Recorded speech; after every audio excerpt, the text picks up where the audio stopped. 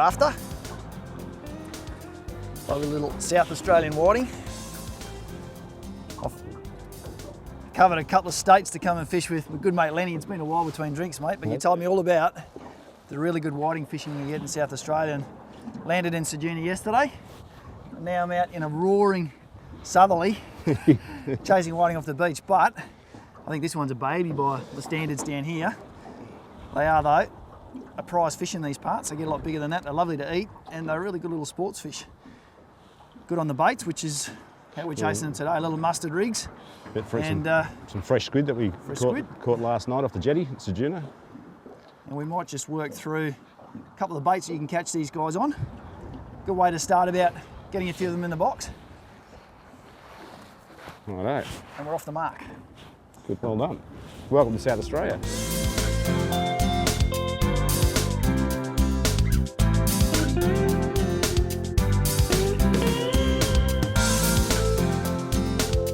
He's a bit better this one. Oh, very nice. There we go there, Nigel. Mate, that's a Ceduna whiting. That's a good one. Oh, far out. Who taught whiting to take drag? I dropped it. It's a big one too. I think it's a little bit bigger than this one, that one. That's a nice fish, Lenny. If you like your whiting fishing. This is the home of whiting. That's awesome. Yeah.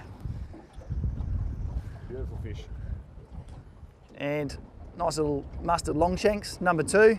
Yeah. You can either rig it up yourself. We're using a pretty simple rig, a little paternoster rig. I've got the pre-rigged set. You can buy little 2-hook sets in the number 2s, and it's an ideal whiting bait. You can then just adapt your sinker to fish in the type of depth that you're fishing. Whack on some squid, or a bit of pippy or cockle, or any other strip fish flesh bait, and away you go. Put it in the right spot. I'm going to catch one because I just lost a good one, man. Good on you, mate. Get into them. Just quickly step through how we're rigging one of the baits we're using at the moment, and that is squid strip. So we've caught a nice fresh squid last night, cut them up into nice fine strips, which are going to match the size hook we're using on this rig.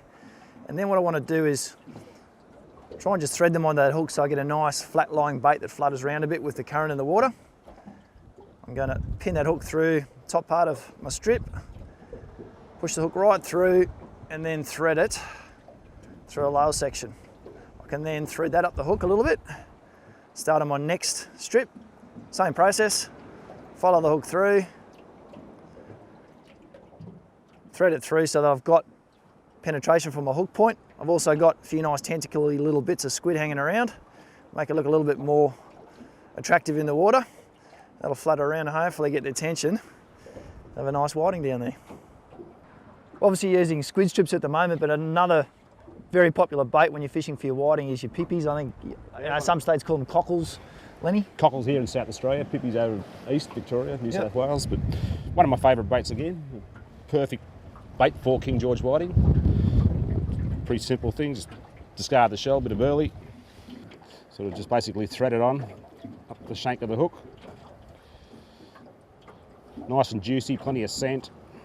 King George whiting, love them. And also got a couple of fluoro.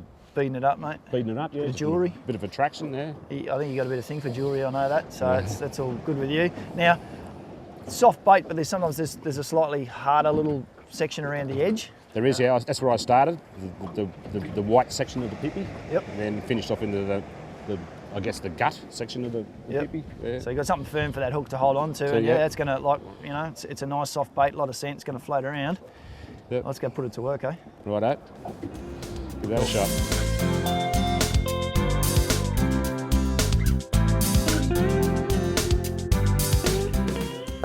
A little spot where, just out from the sandy beach, it just drops off into some slightly deeper water. There's also, there's a fair bit of weed hanging around too, Lenny, and so it's a prime place for fish to cruise. They've got a bit of shelter and they're going to pick up a feed as they go as well. So where you find your whiting, you're going to find... Yeah, you're right on the edge of this weed patch here, with the little sand holes here, and it's where these whiting are hanging about. Just right on the edge of the weed, the edge of the sand here.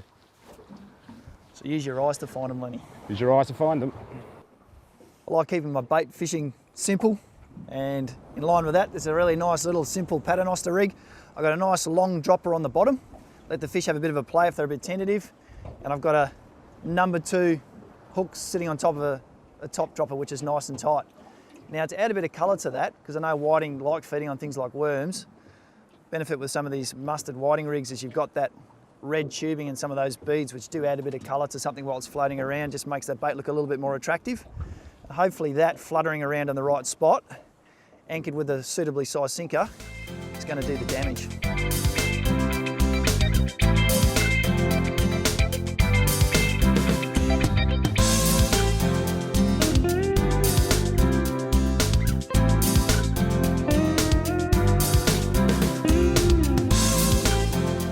Bait fishing is a big practice of sensitivity, and if you're new to bait fishing, there's a few really key little tips which might help you get on the water and start catching a few fish. And what'll happen when you first throw a bait in front of a fish is that they'll often investigate it. It's very rare that a fish comes up and just eats something that doesn't look quite right.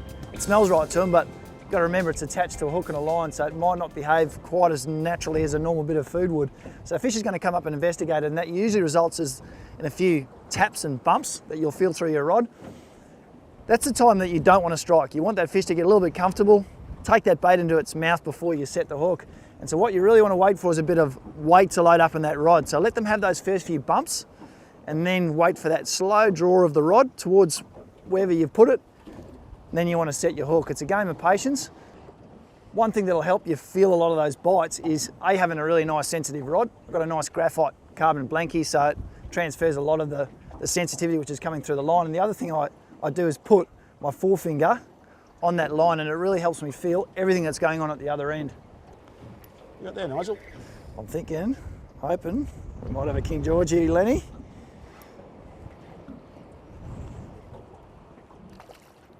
That's nice little whitey.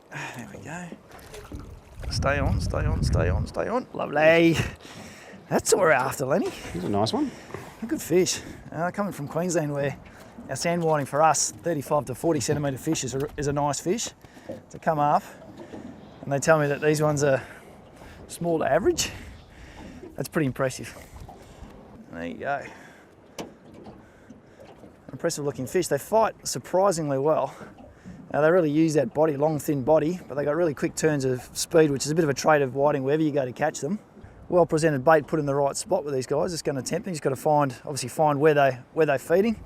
And the shape of their body pretty well gives it away. I like hiding in little broken ground spots, close to the edge of a bit of weed and sand and reef, shuffling around the bottom. Opportunistic, they'll grab whatever's about. It's just a case of putting a bait into the spots where you know they're going to be cruising around and having a feed. Put yourself in the chance to catch a whiting. There's a nice whiting. Nice. And very nice table fare, and that's exactly where this one's going. To chase these whiting today, I'm using a nice light spin outfit. It's one of the Wilson's blade and tail spin rods. It's a 7-foot light outfit.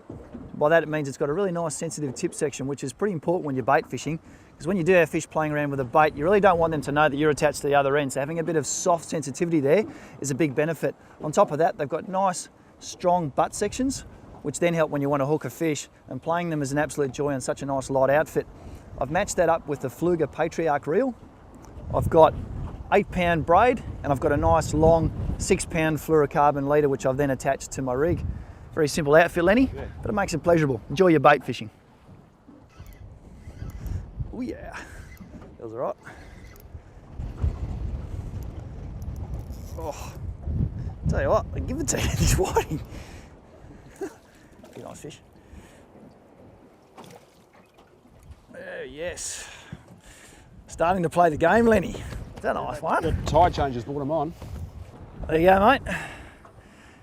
A nice little King George whiting.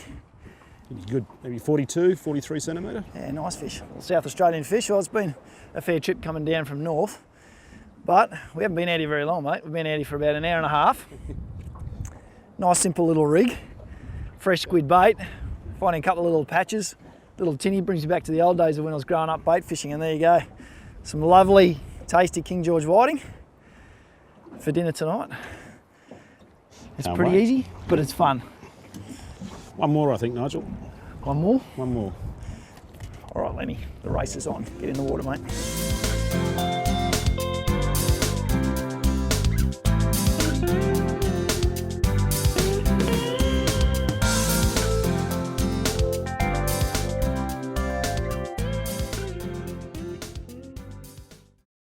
It's Bill Klassen here from The Fishing Show, and if you like this instructional video and want to learn more, it's simple.